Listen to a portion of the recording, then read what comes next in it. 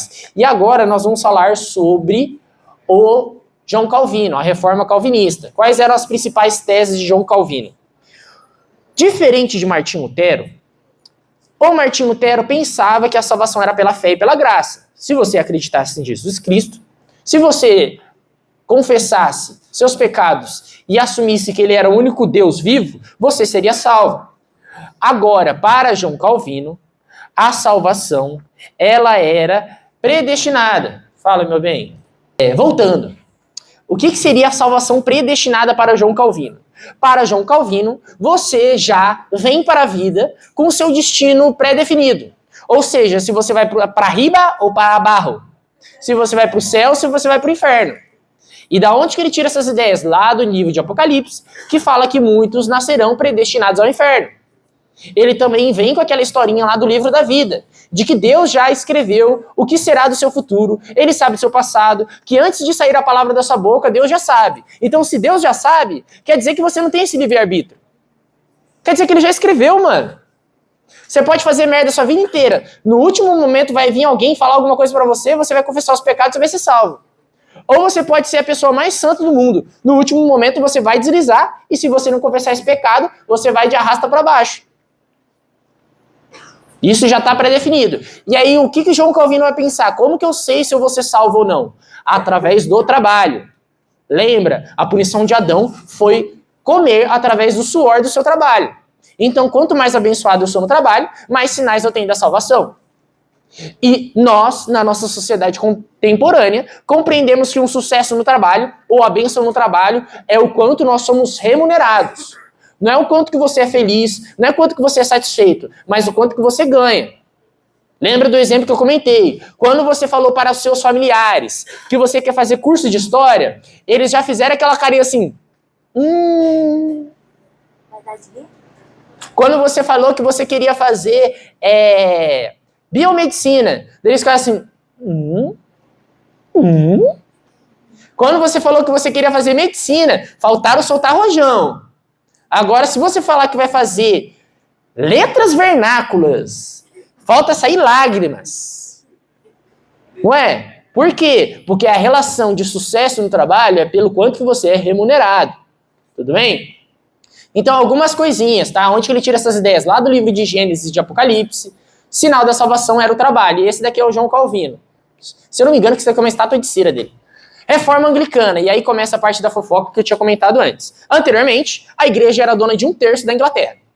Anteriormente, a igreja tinha muito poder político sobre a sociedade e influenciava nas decisões dos monarcas. E o monarca lá da Inglaterra já estava insatisfeito com essa situação. Cada vez mais ficava descontente. Tudo bem? O catolicismo era a religião oficial do reino da Inglaterra, e isso era aplicado até a reforma anglicana. O que aconteceu para ter essa mudança? Nós vamos ver o rei Henrique VIII, casado com a Catarina de Aragão, querendo se divorciar dela. Por quê? Porque ela tinha 4 filhas, nenhuma delas era homem. E como nós bem entendemos, dentro da perspectiva judaico-cristã, o pai deixa a herança para o filho primogênito, não a filha. Então ele buscava um filho herdeiro para o trono. Caso isso não acontecesse, abria margens para que viesse um usurpador. Alguém que poderia ser da linhagem sanguínea ou não reivindicar o trono.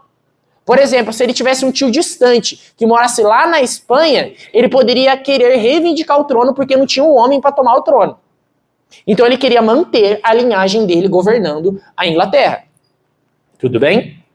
Tá? E o que ele vai fazer? Ele vai pedir para o Papa para se divorciar da Catarina de Aragão e casar com a sua amante, Ana Bolena. Ele já pulava cerca. O Papa, nesse primeiro momento, ele não aceita o divórcio de Henrique VIII. Por quê? Vou mostrar para vocês um pouquinho mais claro aqui. Ó. Tá vendo essa árvore aqui genealógica? E ela também tem um pouquinho de relações matrimoniais do Henrique VIII. Então aqui, ó. Henrique VIII, primeira esposa dele, Catarina de Aragão. E quem que era Catarina de Aragão? Simplesmente a tia do rei da Espanha, Carlos I. Ah, professor, quem que é Carlos I? O que tem a ver a Espanha? A reforma anglicana acontece na década de 1530. O que a Espanha fez em 1492? Descobriu a América. Cristóvão Colombo chegou aqui na América, na região das Ilhas do Caribe. E em 1927, ele começa a política de intervenção e derrubada dos impérios. O Império Inca, ele é destruído nessa década. E o que a Espanha está ganhando com isso? Ouro e prata para cacete. A Espanha era o país mais rico do mundo. E sendo o país mais rico do mundo, era o país que mais ofertava para a Igreja Católica. Agora pensa comigo. Você tem o seu porquinho de ouro, o rei da Espanha, dizimando pra cacete todo mês. Você vai querer deixar o rei da Espanha bravo? Não. Então o Papa não permite o divórcio. Ué, professor, como assim? O Papa poderia permitir? Sim. Por quê? Porque a maioria dos reis, eles se divorciavam. Era permitido, só que tinha que ter a bênção papal. E como que a Catarina de Aragão tinha mais influência de nome do que o Henrique VIII, ele vai obedecer ao Carlos I. Não vai querer irritar o Carlos I. Então ele não permite o divórcio. O que o Henrique VIII faz? Ele pensa, sabe quando você era criança e daí você jogava bola com o moleque e ele era ruim pra caramba, e ele ficava irritado, ele ia embora e levava a bola? O Henrique VIII faz a mesma coisa. Já que vocês não deixam eu brincar, ninguém vai mais brincar. E ele faz um negócio que nós chamamos de ato de supremacia. Ele fecha a Igreja Católica na Inglaterra. E aí, quando ele fecha a Igreja Católica, ele expulsa os padres. Aquele 1/3 das terras, ele toma para ele. E aquela igreja que antes era católica, agora ele vai colocar uns negocinhos que vocês vão conhecer como pastor. Então, o rompimento da igreja, como que nós conhecemos hoje, a igreja hegemônica que era católica, começa majoritariamente aqui na Reforma Anglicana. O Martinho Lutero, ele não fez isso lá na Alemanha? Fez, mas isso era de uma maneira reduzida. A Inglaterra, ela faz isso de uma maneira expandida muito rápido. Um país inteiro virou protestante em uma cartada. Tá? E como que é o momento que ele toma essa decisão? Quando o Papa fala para o Henrique VIII, eu não permiti o divórcio. Você está sendo excomungado da Igreja Católica. Ele falou, tudo bem, vou casar com a minha amante. Então a segunda esposa dele vai ser a Ana Bolena. A Ana Bolena, tendo relações amorosas com Henrique VIII, tem diversas filhas, nenhuma delas homem. Então ele se divorciou da primeira esposa, querendo ter filhos homens. Com a amante, ele tem relações com ela, só tem filhas, não tem homens. E aí, o que acontece? Pô, ficou feio pro Henrique VIII, né? Largou a mulher para ter filho homem e não teve. Com a segunda mulher só teve mulher. O que ele vai fazer? Ele vai acusar a Ana Bolena de traição. E a punição para a traição era a forca.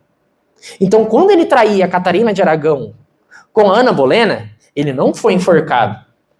Mas ele acusando a Ana Bolena de traição, mesmo sem ter uma comprovação de que ela traía ele, ela foi enforcada. E aí ele vai se casar com a Jane.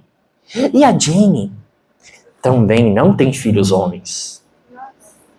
Depois vocês podem perguntar para o professor de biologia, mas vocês podem ver que a maioria das vezes, quando tem uma relação genética de procriação, é muito mais causas do pai do que da mãe. Então o problema não eram as mulheres, era o Henrique VIII. Só que, nós sabemos que a sociedade era majoritariamente machista. Então, ele acreditava que o problema era a mulher. Quando ele morreu, nós tivemos uma relação de brigas para o trono. Desde parentes homens, até mesmo a briga de qual que seria a filha que iria herdar o trono. Tem um momento que uma das herdeiras é da descendência de Catarina de Aragão, que é a Maria I, só que ela morre prematuramente. E aí quem que toma o trono é a Rainha Elizabeth I. Perguntinha, qual que era o nome da rainha da Inglaterra que morreu agora há pouco? A Elizabeth II. Então, a Elizabeth II, ela é uma descendente da Elizabeth I.